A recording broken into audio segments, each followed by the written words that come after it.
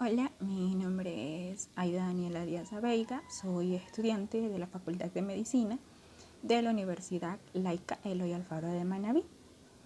Y voy a tratar en este video sobre el hueso temporal en la anatomía.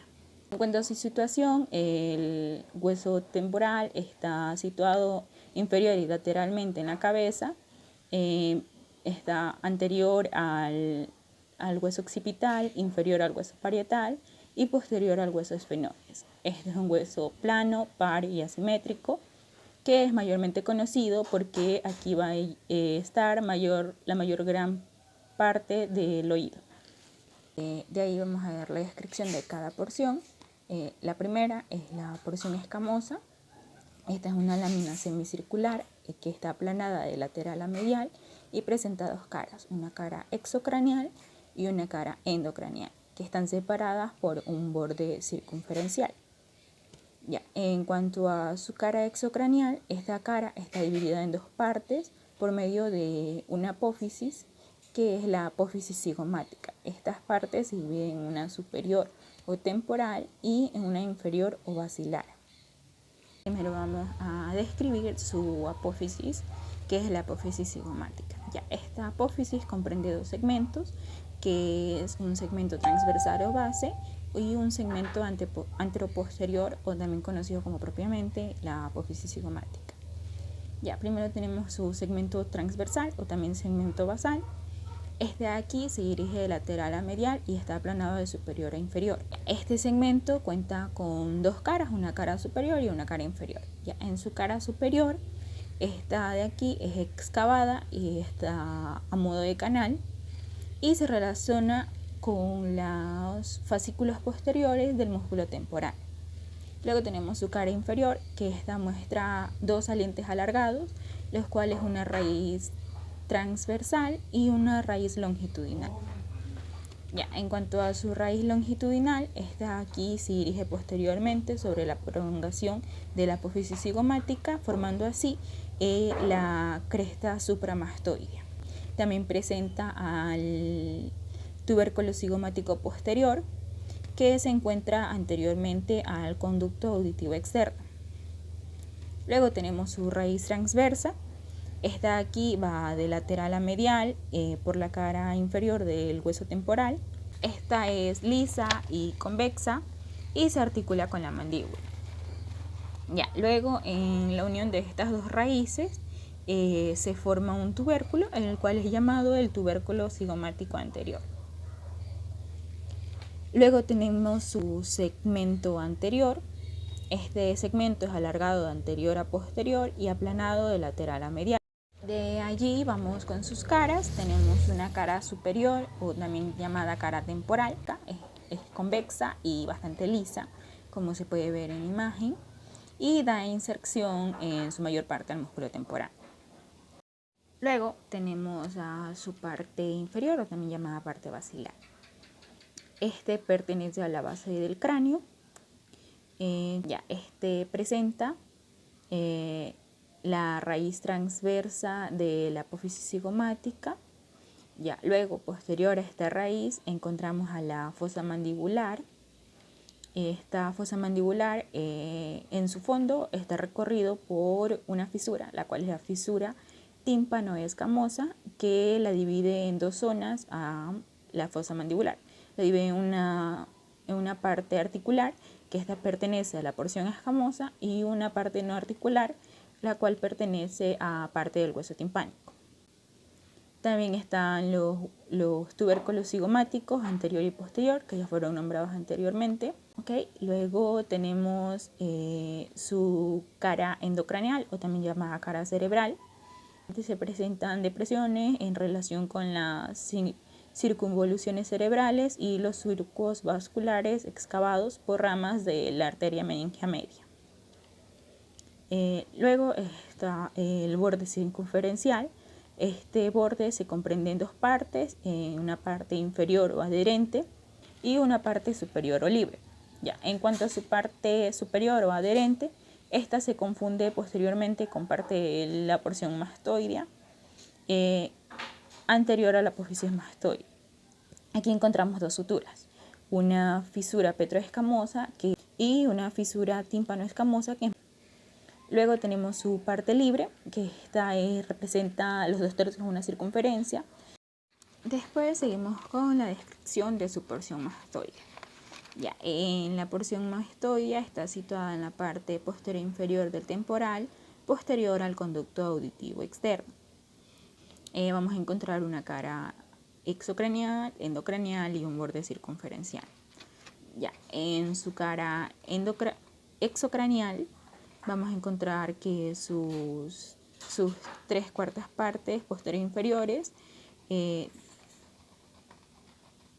presentan rugosidades que dan inserción a algunos músculos, como es el músculo esternocleidomastoideo, el músculo esplenio de la cabeza y el vientre occipital del músculo occipito frontal.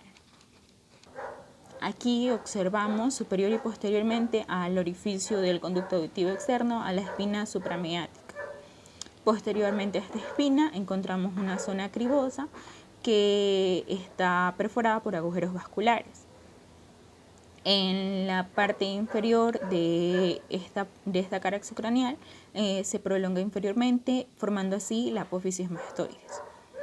Ya, la apófisis mastoides está ligeramente aplanada transversalmente y presenta dos caras, una cara lateral y una cara medial. En su cara lateral es rugosa y da inserción a los músculos esternocleidomastoideo, al músculo esplenio y al músculo longísimo de la cabeza.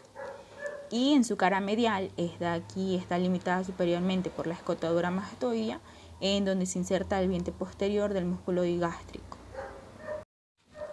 Luego tenemos la cara endocranial de la porción mastoidea. Esta de aquí se confunde anteriormente con la base de la pirámide petrosa y posteriormente a esta porción petrosa es lisa y contribuye a formar el piso posterior de la cavidad craneal.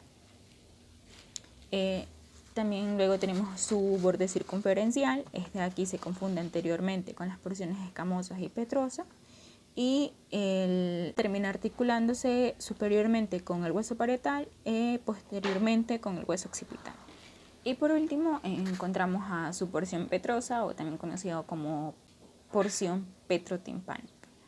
Esta porción tiene la forma de una pirámide cuadrangular y vamos a presentar, además de su base y su vértice, 4 caras y 4 bordes. En su cara antero superior, que es endocranial, esta presenta una eminencia arcuata, o también llamada eminencia arqueada, que se da por la unión de su tercio posterior con sus 2 tercios anteriores. Luego de estos encontramos al hiato del conducto del nervio petroso mayor, que está situado anteriormente a la eminencia arcuata. Luego, anteriormente al hiato del conducto del nervio petroso mayor y cerca del vértice de la porción petrosa, está la impresión trigeminal, en donde descansa el ganglio trigeminal. Luego, en su borde posterior encontramos al tubérculo retrogaseriano y al techo del tímpano, que está situado anterior y lateral a la eminencia arcuata. Tenemos a su cara posterior superior, que es endocranial. Ya, en esta de aquí presentamos anterior a su parte media un orificio, el cual es llamado orificio auditivo interno, la cual es la entrada al conducto auditivo interno por donde pasan los nervios vestibulotroclear, facial y intermedio. Superior y posterior a este conducto auditivo externo encontramos a la fosa subarcuata. De allí tenemos su cara anterior inferior, es una cara exocranial. Esta cara forma la porción de la fosa mandibular no articular. Es una lámina ósea que se prolonga inferiormente formando a la vaina de la apófisis estiloides. Ya medial y anteriormente a la fosa mandibular encontramos a la apófisis tubárica. Luego, anterior al extremo anteromedial de la apófisis tubárica, se abren 2 conductos. Un conducto superior, que es el conducto del músculo tensor del tímpano, y un conducto inferior, el conducto de la trompa auditiva. Anterior y medial a estos 2 orificios existe un canal, el cual es el canal de la trompa auditiva. De allí tenemos su cara posterior inferior, que también es una cara exocranial. En aquí, en su parte posterior, encontramos a la apófisis estiloides, que da que da inserción a los elementos del ramillete de riolano, los cuales el ligamento estilomandibular y estiloioideo, y a los músculos estilofaringio, estiloioideo y estilogloso. Ya, posterior a esta apófisis encontramos al agujero estilomayoideo, y posterior y medial a este agujero estilomayoideo encontramos la carilla yugular, que se articula con la apófisis yugular del hueso occipital. Anterior a esta carilla yugular y medial a la apófisis estiloide encontramos a la fosa yugular. Anterior a la fosa yugular también encontramos al orificio inferior del conducto carotidio. Ya, en su borde superior, este está en su mayormente parte recorrido por el surco del seno petroso superior y tiene una escotadura que sirve para el nervio trigeminal. De allí tenemos a su borde anterior, que presenta posterior a la fisura petrotimpánica escamosa y está relacionado con el agujero rasgado. Luego tenemos su borde posterior, que se encuentra posterior a la carilla yugular. Y aquí también encontramos al agujero yugular, que está anteriormente a la carilla yugular. De allí tenemos a su borde inferior, que separa a la cara antero y postero inferior de la porción petrosa. Este borde es cortante. De allí tenemos a la presencia de la base de esta porción petrosa. Esta base se confunde con la región mastoidea y en la superficie exocraneal está representada por el orificio auditivo externo. Y luego tenemos a su vértice, que es truncado y desigual. Este presenta el orificio anterior del conducto carotidio y también corresponde al ángulo formado posteriormente entre el cuerpo y el ala mayor de los fenómenos. Bueno, eso fue todo en este video sobre el hueso temporal. Muchas gracias por verlo.